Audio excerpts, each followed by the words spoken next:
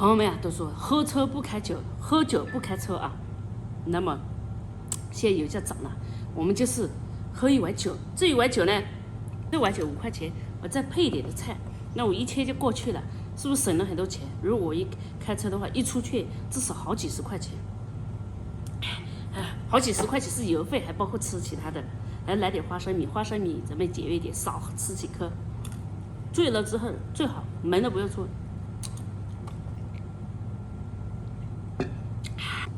你不出门是不是就不花錢？不花錢不就是賺錢嗎？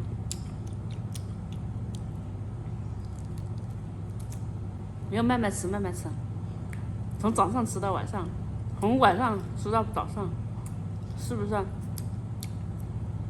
不花錢就是賺錢。哎呦，这个现在開始起就是1年2箱油。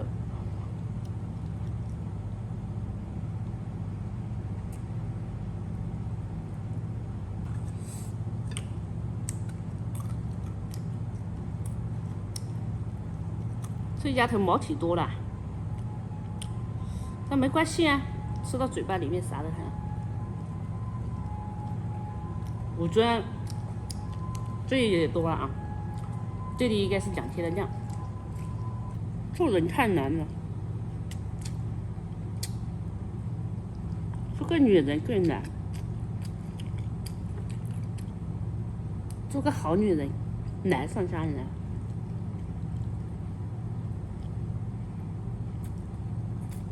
我想問大家一個問題，就是為什麼老一輩的人他一家裡7、8個小孩，你過得挺幸福的，現在一家就1個2個小孩，都覺得壓力很大的，而且都不願意再生，覺得養不起。